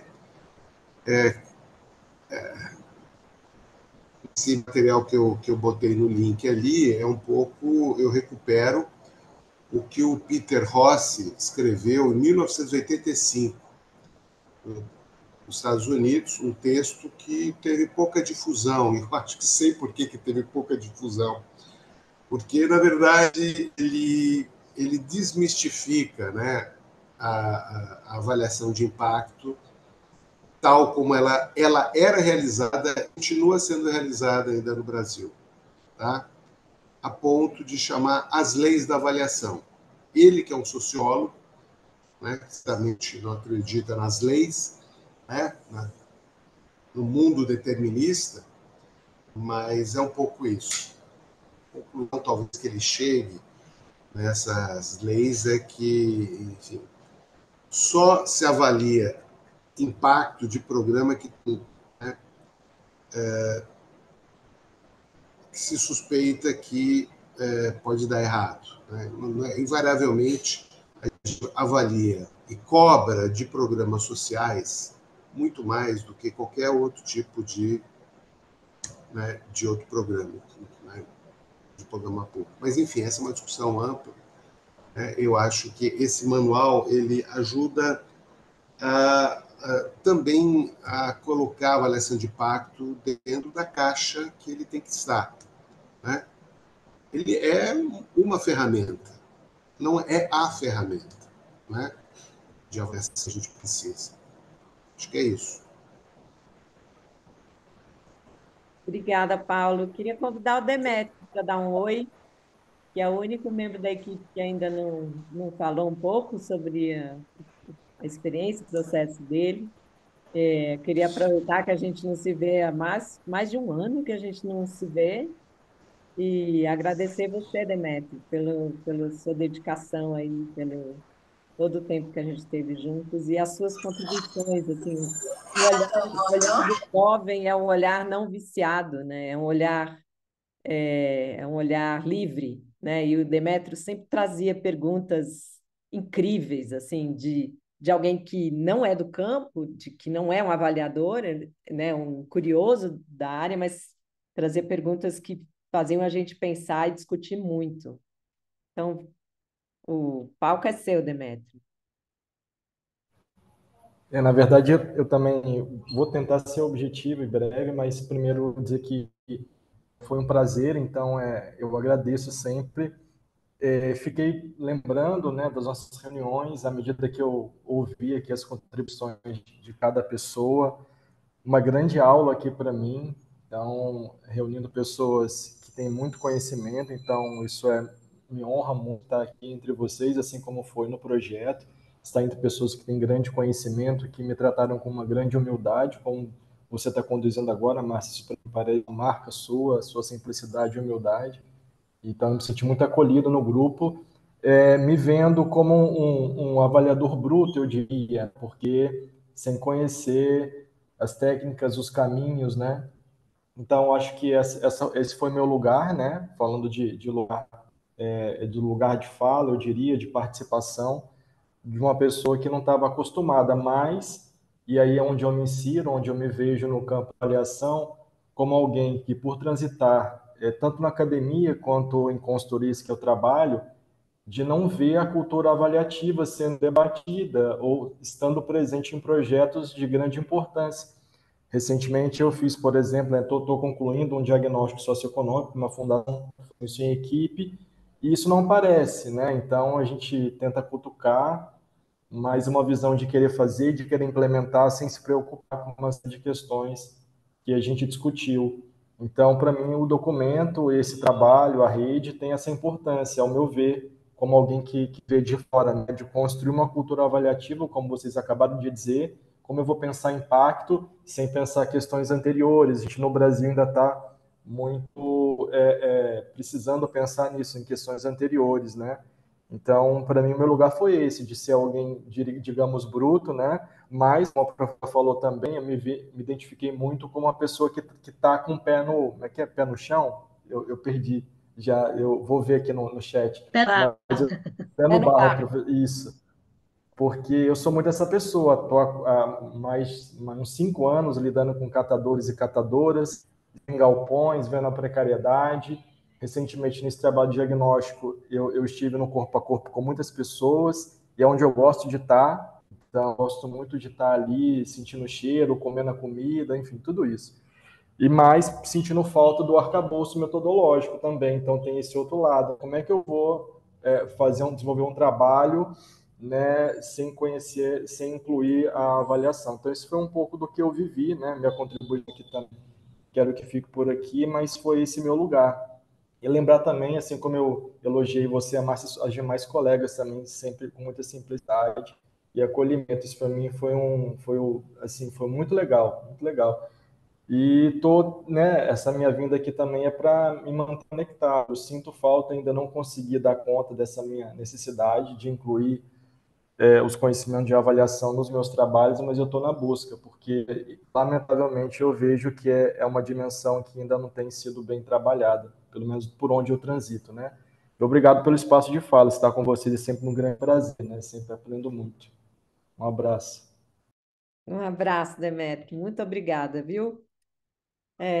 Bom, a gente tem 3 minutinhos. Mais alguém gostaria de falar alguma coisa? Eu realmente espero que esse documento seja vivo, né? Que ele seja usado e que ele inspire outras ideias, né? A gente, no fim do documento, também tem algumas sugestões que a gente coletou de como tornar esse documento vivo. Agora que a gente tem uma assessoria de comunicação um pouco mais profissional, eu gostaria de fazer chegar esse documento nas escolas de governo, né, talvez com a ajuda da ENAP. A gente podia pensar em criar um instrumento de autoavaliação das competências, né? A gente já está tentando fazer, eu apliquei na minha turma da ENAP esse semestre. Então, podem sair coisas assim úteis e que ajudem, né, a ser um documento mais útil, né, e lido. Enfim, agradeço aí, então, a presença de todos vocês. Esse evento vai ficar disponível na página da rede no YouTube, né? Assim que baixar a gravação, a gente sobe para lá. E espero ver vocês no seminário lá em Belém. Espero ver vocês também no portal da rede, apoiando a rede, se inscrevendo, né? Porque a jornada é longa, e ainda está longe de terminar, viu? Obrigada pela presença da Carla e do Paulo e do meu time de super pessoas, Adriana, Márcia, Bárbara, Demétrio. Estou feliz.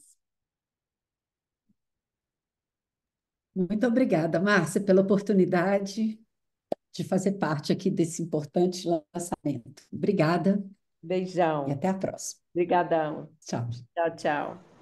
Tchau, Tchau, tchau, tchau. gente. Tchau, gente. Abraço. Obrigada. Tchau, Obrigado. tchau.